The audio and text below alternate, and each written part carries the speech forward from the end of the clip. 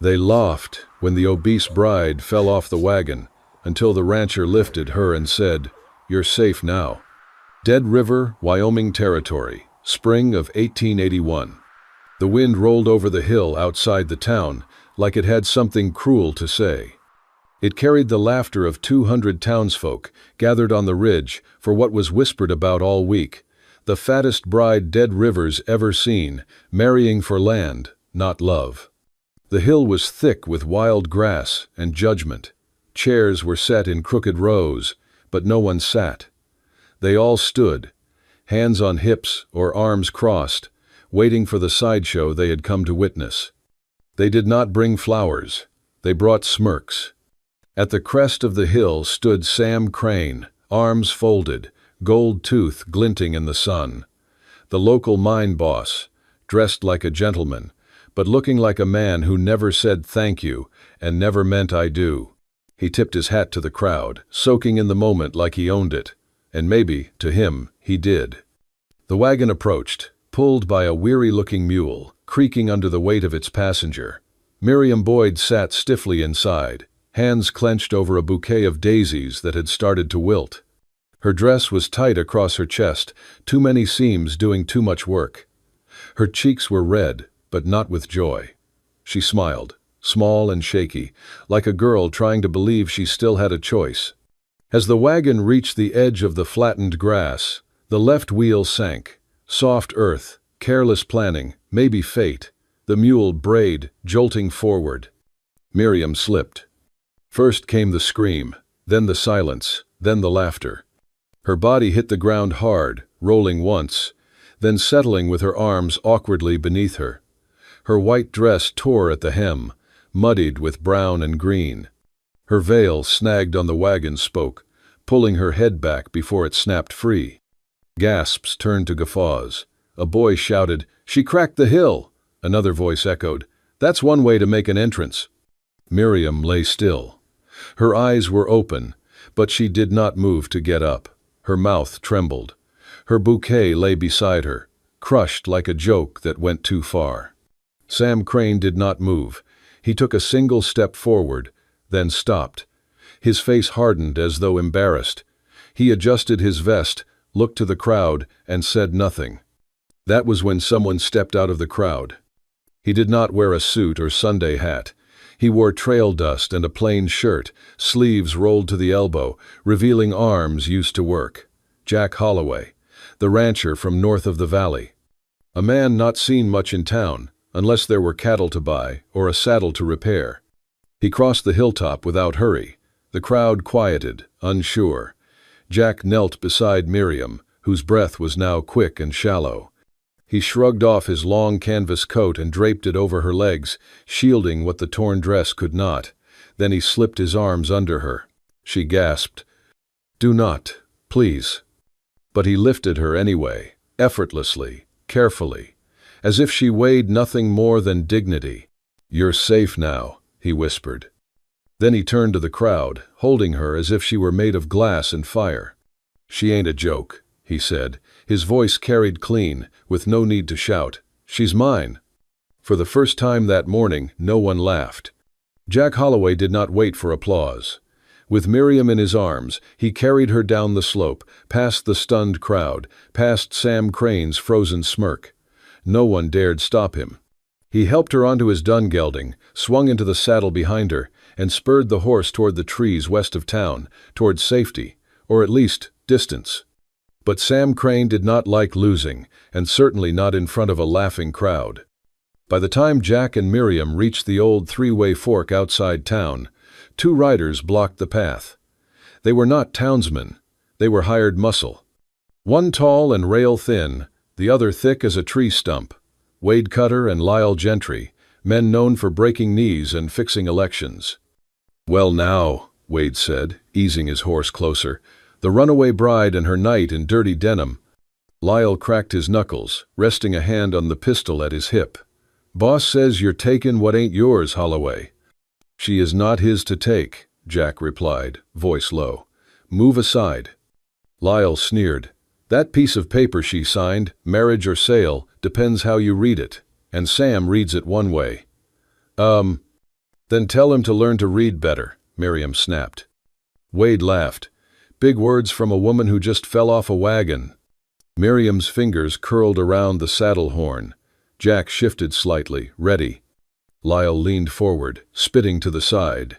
Hand her over, Holloway, or give up the North Ridge. Your land's part of this now. Jack's eyes narrowed. I'm not trading soil or souls today. Suddenly, Miriam twisted in the saddle. Without warning, she snatched a long stick from the firewood bundle tied behind them. A thick branch used for hauling, swung it with all her weight, and cracked it across Lyle's shoulder. He cried out, nearly falling from his horse. Jack moved at once. He spurred the gelding forward, turning the beast sideways and lashing his riding crop across Wade's wrist, sending the man's pistol flying. Chaos erupted. Wade reached for his reins, too late. Jack's horse reared, hooves flashing. Lyle staggered back, cursing, one hand on his shoulder. Miriam raised the stick again. Try it, one more insult, see what you get.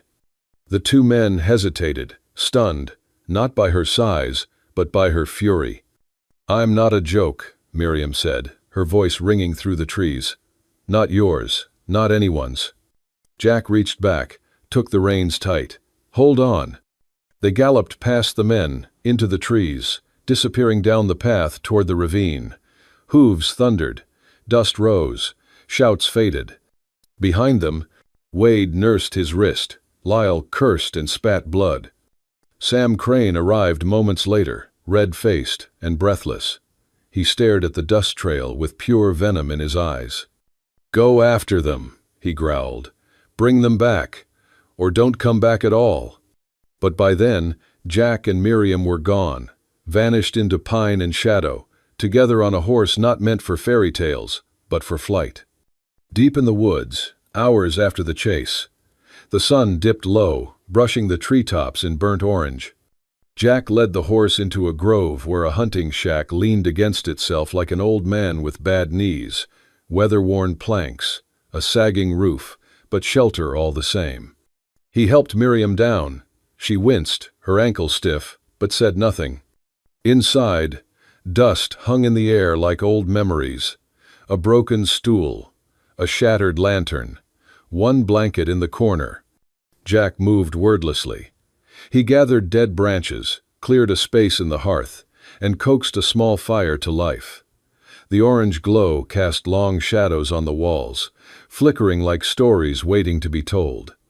Miriam sat near the fire, legs curled beneath her, the remains of her torn wedding dress pooled around her like a wilted flower. She pulled a sewing kit from the lining of her skirt, habit from a life that did not expect kindness, and began to mend the fabric, stitch by careful stitch. The only sounds: fire crackling, wood settling, and breath, slow and uneven, from two people who had run too far, too fast. Jack placed a chunk of log on the floor beside her, brushed it clean with his sleeve, and nodded. For your feet, he said simply. She blinked, then tucked her boots onto the log with a tired nod of thanks. Silence again, not empty, just full of everything unspoken. After a while, Miriam spoke. When I was little, she began, eyes on her needle, I used to play bride, took Mama's curtains, tied them around my head like a veil. I'd marry invisible men behind the chicken coop. Jack chuckled softly. She continued, Back then, I thought being a bride meant someone looked at you like you were the only thing that made sense. She paused, thread trembling between her fingers. Not like today, not like being sold for land and laughed off a wagon. Jack sat on the floor across from her, legs stretched out, palms flat on the dusty boards. I used to wish someone look at me, he said, and not ask about how many acres I owned, or how much cattle I had left to trade.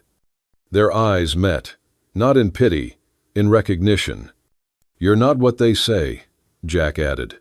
And you? She asked. I'm not what they expect. The fire popped between them. A pine branch released a little spark. Miriam tied the last knot in her thread. The rip on her dress would never disappear, but it was closed now, like a wound that could finally scar. She looked up. No one's ever helped me up before, she said. Not like that. Not without expecting something after. Jack didn't answer. He didn't have to. He reached into his coat, pulled out a small tin, and handed it to her. Inside, honey lozenges wrapped in wax paper. "For your throat," he said. "All that yelling." Miriam laughed for the first time. It was quiet and cracked, but it was hers. Outside, the wind whispered through the trees, like it had nothing left to say. Inside, they sat beside the fire, not touching, not speaking. But slowly, the silence between them softened, not empty now. Full, warm, alive. The sun hadn't yet burned through the morning fog when Jack and Miriam reached a small roadside town nestled near the edge of the woods. It was no more than a sawmill, a trading post, and a few squat buildings painted in yesterday's colors. They tied their horse behind the store and stepped inside the general store, bell jingling soft over the door. Miriam walked slow. Her dress was patched from the night before, her hands rough with dust. She didn't say a word as Jack picked out coffee beans, jerky, a tin of beans, and a cloth sack of oats. Then she stopped. By the front door, tacked crooked to the wood frame, hung a single copy of the Dead River Weekly. The headline read, "Cow Bride Escapes, Wanted with Her Rancher Lover." Below it, a grainy image of her, mouth open mid-fall, dress torn, face streaked with mud. Miriam didn't speak. She reached out, slow and deliberate, and pulled the paper free. She folded it once, then again, until it fit into her palm like something broken and private. "They don't know," she murmured.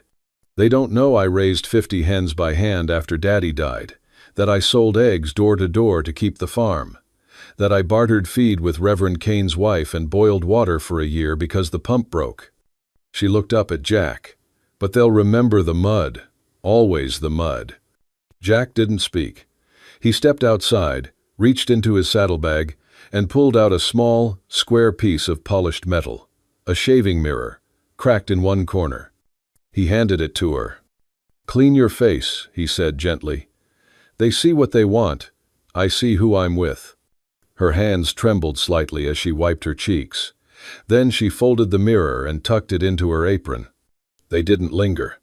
But halfway down the dirt road out of town, Jack glanced behind them. 3 riders. Dust trails. Long guns. He muttered under his breath, "Sam hired bounty men." Miriam looked back too. "What do we do?" "We don't fight," Jack said. "We vanish." He snapped the reins. The horse charged forward. Trees blurred past. Wind slapped Miriam's veil as she clung to his waist. A gunshot cracked behind them, loud, clean. A branch exploded to their left. "Down." Jack veered right, toward a half-forgotten path veiled by brush. "Hold tight." The woods thickened. Jack ducked low, one hand guiding the reins, the other snapping branches into the trail behind to mask their tracks. "Keep watch for a gully, on the left," he called. When the drop came, it was sharp and full of loose shale. Jack dismounted halfway, led the horse, then turned to help Miriam. But she had already slipped, tumbled to one knee, palms dragging across stone. Jack rushed to her, crouching low. She winced but shook him off. "I'm not weak." "I know," he said, brushing pine needles from her sleeve. "But right now I need you alive." She let him carry her for a dozen steps. Then she walked on her own. By the time the riders passed overhead, they were crouched under a fallen log, breaths shallow, cloaked in dusk and dust. The pursuers vanished. Only hoofbeats echoed faintly into the distance. Night fell. They reached a ridge. There, hidden among evergreens, stood an old cabin, low-roofed, slate chimney, the kind built with hands that once believed in roots. Jack pushed open the door. The smell of dry pine and long memory hit them both. Inside was dust and silence. A stove in the corner, a rusted lantern, a blanket folded over a chair like someone left in a hurry and meant to return. Jack struck a match. Fire lit the dark. Miriam stood beside the table. She unrolled the newspaper, spread it beside a yellowed photo pulled from her bodice. In the photo, Her father grinned beside a chicken coop. Her fingers brushed his smile. I won't be their joke anymore. Jack shut the door. The fire caught strong. No one's laughing now, he said, voice low. Now it's your story to tell. They reached the cabin just after dusk. The climb had been steep, but neither of them spoke of the ache in their legs or the scrape on Miriam's elbow. Jack pushed the door open, and dust floated in the air like memory. It was a small house perched high in the hills, so high it felt like clouds could knock at the window. Time had bent the wood, but the bones were strong. A tree bloomed just outside, an old peach tree with late blossoms shaking in the wind. Miriam stared. That tree's blooming out of season. Jack nodded. She always did that. Just stubborn, I guess. She? My mother planted it, he said. Said it reminded her that late doesn't mean never. Inside, the kitchen was neat. Worn, yes, but clean. The firewood was stacked. The kettle rested upright. The broom leaned where it had always leaned. You keep this place like someone still lives here, Miriam murmured. Jack didn't look at her. I come up once every winter, light a fire, clean the stove, pretend I'll smell her biscuits again. Not because I believe it, just so she's not completely gone. Miriam touched the edge of the table, rough with old scratches and new polish. You ever bring anyone up here? No, he said, only you. That night, the wind scraped the roof like it was trying to whisper secrets. The fire cracked low. Miriam sat wrapped in a blanket, her dress still smudged from the trail. She hadn't touched the stew Jack made. Instead, her eyes kept searching the corners of the room like they were waiting to accuse her. Finally, she asked, voice low, You didn't come to that wedding because you pitied me, did you? Jack looked up from the fire. His eyes were tired but clear. No, he said. Then why? She pressed, staring at the flames. Why pick me up like I was worth something when the whole town laughed? Jack stood and pulled something from his saddlebag, a small tin box. He sat beside her, opened it, and took out a worn handkerchief. Inside was a folded paper, yellowed with time, and a broken biscuit, nearly dust now.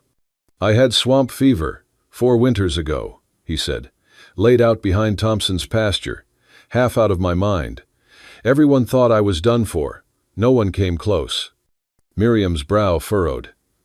That was you? The fevered man we heard about at the Boyd place? He nodded. Most folks ran. Your father tried to shoot a coyote near the coop and found me half frozen. You were the one who came out, didn't you? With a kettle and bread? I don't even remember, she whispered.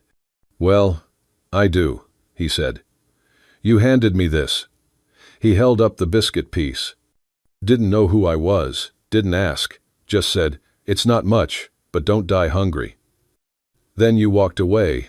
I couldn't say thank you, couldn't say anything, but I never forgot. She stared at the biscuit. Her hands were still. You kept it? Some people keep gold, Jack said. I kept the moment someone saw me human when I didn't even look like one. The firelight danced between them. Then slowly, Miriam reached for his sleeve and gently lifted the edge. There, near the elbow, a long, pale scar stretched. Fever burn? She asked. Scratched myself falling. Infection got in. She placed her hand over it, warm against his skin. If I was worth saving then, she said, her voice thick, then maybe I'm worth loving now. Jack didn't move, didn't speak. He only looked at her like she had just stepped from a legend he'd been waiting to believe in. Outside, the wind paused. The fire cracked. The tree whispered. Inside they sat, 2 people no longer running from the world, just waiting for morning to find them as they were, alive, seen, remembered. Morning broke soft and gold over the cabin on the hill, but Miriam Boyd was already dressed before the sun touched the windows. Her wedding dress had long been folded away, replaced now by a plain brown skirt, and her father's old vest, brushed clean and buttoned to the neck. Her hands, once made for kneading dough and feeding chickens, held a letter, ink still wet. She turned from the window. Jack was at the stove, frying something that crackled in the pan. "I'm going back," she said. He didn't ask where. He didn't need to. "I already sent a letter to Mr. Halberd," she continued. "My father's lawyer. He still owes me a favor, and he's got proof Sam faked that contract. No more hiding. I'm not running from a man who bought me like cattle and still expected gratitude." Jack flipped the pan off the flame. "You sure?" "No," Miriam said, "but I'm done being quiet." He didn't argue, just nodded and reached for his coat. "Then I'll walk behind you." They rode into Dead River at high noon. The streets slowed as they passed, murmurs rising like summer gnats. Women stopped sweeping their porches. Men leaned off fence posts. And there, outside the town hall, Sam Crane waited in his fine black coat like a vulture dressed for church. "Well, well," he sneered, arms spread like a bad host. "The bride returns. Thought you'd be too ashamed to show your face." Miriam didn't flinch. Her boots hit the ground with calm thuds. She stepped past Jack, holding a thick envelope. "I'm not here to fight," she said, "just to set the record straight." Sam snorted. "That so? Come back to sign your vows, then?" "No." She handed the envelope to the clerk beside the door. "These are affidavits, dated correspondence, and handwriting analysis, all confirming that contract you waved around was forged. You coerced me. My father never consented, and I never signed it willingly." Sam's face twisted. "You think a piece of paper's gonna save you?" he spat.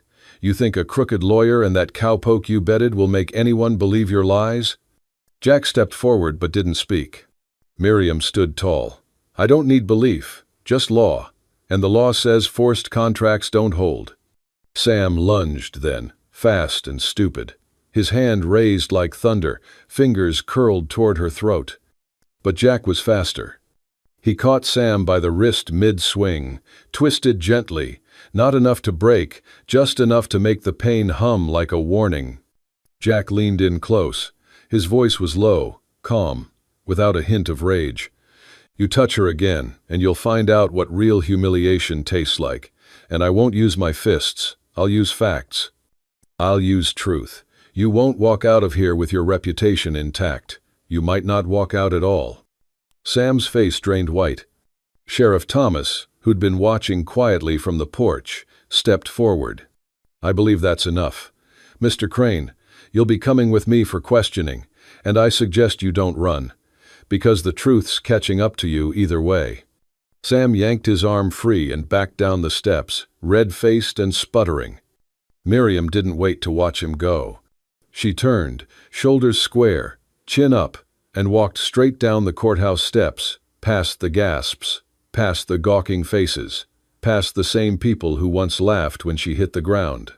Jack followed, just a step behind, always her shadow, not her shield. A woman in the crowd murmured, "That's the girl from the hill." Another whispered, "She don't look broken now." Miriam heard them, but their words didn't touch her. She walked through town like it was hers. Because today, it was. The scent of yeast and cinnamon rolled down Main Street like a morning hymn. Dead River stirred slow these days. Slower, softer, almost kinder. And much of that shift started at the corner of Barlow and 2nd, where the windows of a little bakery steamed up with something more than heat. It was hope. Flour-dusted, slow rising, warm as sunlight hope. Miriam Boyd had painted those windows herself. Pale blue trim, streaked in places, with daisies along the corners that refused to be symmetrical. The sign above the door wasn't finished, just a hand-chalked slate that read "Open," with a smudge of flour across the corner like punctuation. The doorbell stuck sometimes, and the floorboards creaked like a memory, but it didn't matter. Because every morning before sunrise, Miriam was there. Hair tied back, sleeves rolled, hands buried in dough like it held the world. The air smelled of cinnamon, nutmeg, sometimes just plain butter and resolve. Her apron was always wrinkled, her cheeks always flushed, her eyes never once looked back. And they came. The same townsfolk who once lined a hill to watch her fall now stood quietly in line, coins in hand, heads low. They bit into crusty bread and mumbled apologies between chews. They nodded thanks without always meeting her eyes. No one said it outright, but every loaf bought was a kind of penance, every biscuit a confession. This was repentance paid in sourdough and sweat. Some gestures went beyond words. A hand-knit potholder left on the counter. A jar of jam with sorry carved into the lid. And once, a note folded beneath a lemon tart. For what I said on the hill, I was wrong. Your bread tastes like courage.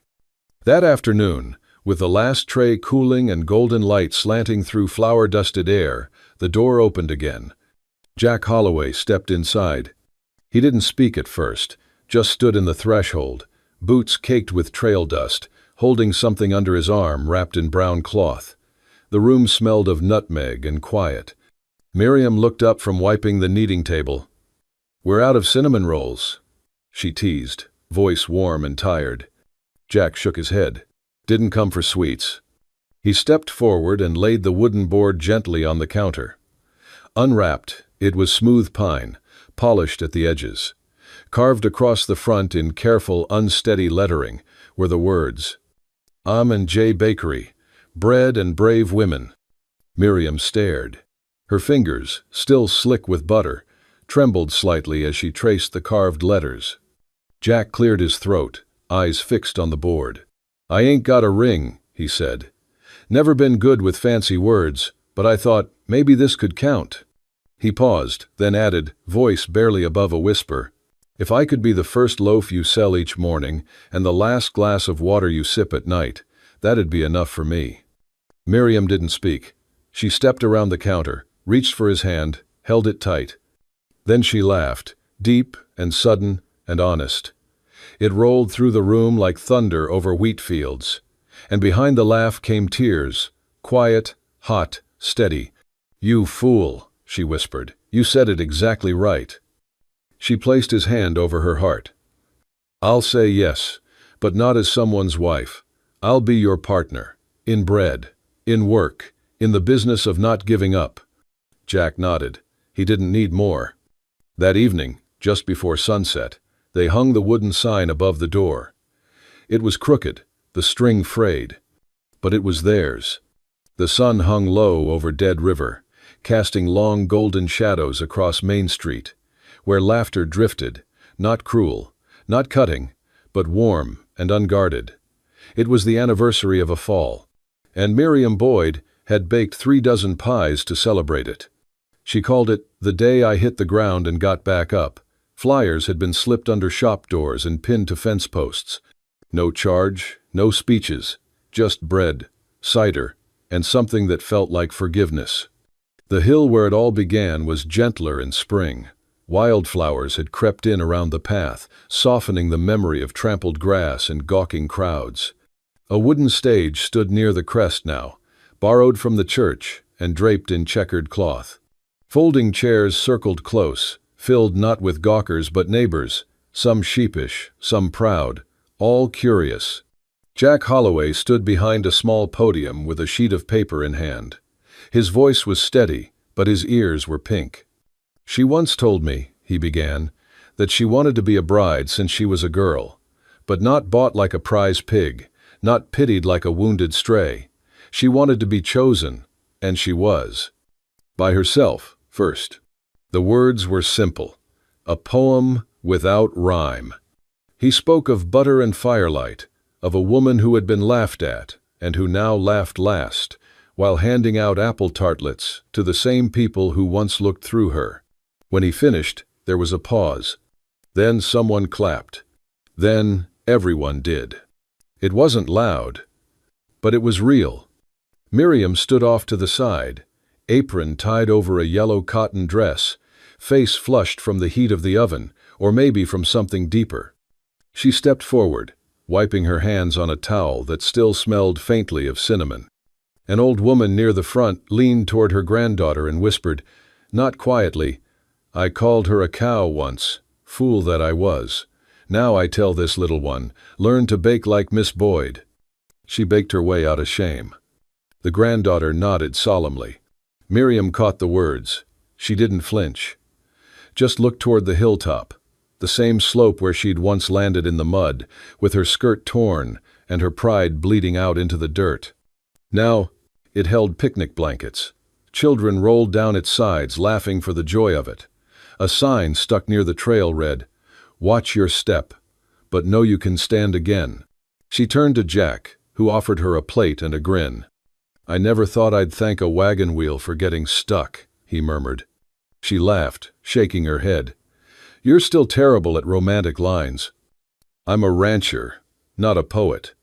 She stepped up beside him, looked out at the crowd, their mouths full, their shoulders relaxed, their eyes no longer narrowed with judgment, but softened with time. And then she said, loud enough for every last soul to hear, "They still laugh sometimes. They might always laugh, but this time, it's different." She glanced at Jack, then back to the hill, now bathed in the soft orange of evening. "Because I'm the one telling the story now. I decide where it starts, where it ends. I'm not the punchline. I'm the one still standing." Silence. Then another wave of claps. A child ran up to hand her a drawing, stick figures holding loaves of bread under a blue sky. The tallest one wore a big white apron and a smile. Miriam knelt, hugged the child gently, then looked around once more, at the people who had watched her fall, and at those who helped her rise. She smiled, not out of pride, but peace. That night, as the lanterns flickered and the cider ran out, someone strummed a guitar. People danced slow. And up on the porch of the bakery, beneath the wooden sign carved with M&J Bakery, Bread and Brave Women, Miriam and Jack sat side by side. No one laughed. They just listened. If that story stirred something in you, if you felt the mud on Miriam's dress, the fire in Jack's voice, or the quiet pride of standing tall where you once fell, don't forget to hit that hype button and subscribe to Wild West Love Stories. More tales of grit, grace, and gut-punch romance are riding your way, because out here, love is earned, scars are honored, and nobody walks home alone. We'll see you at the next sunset.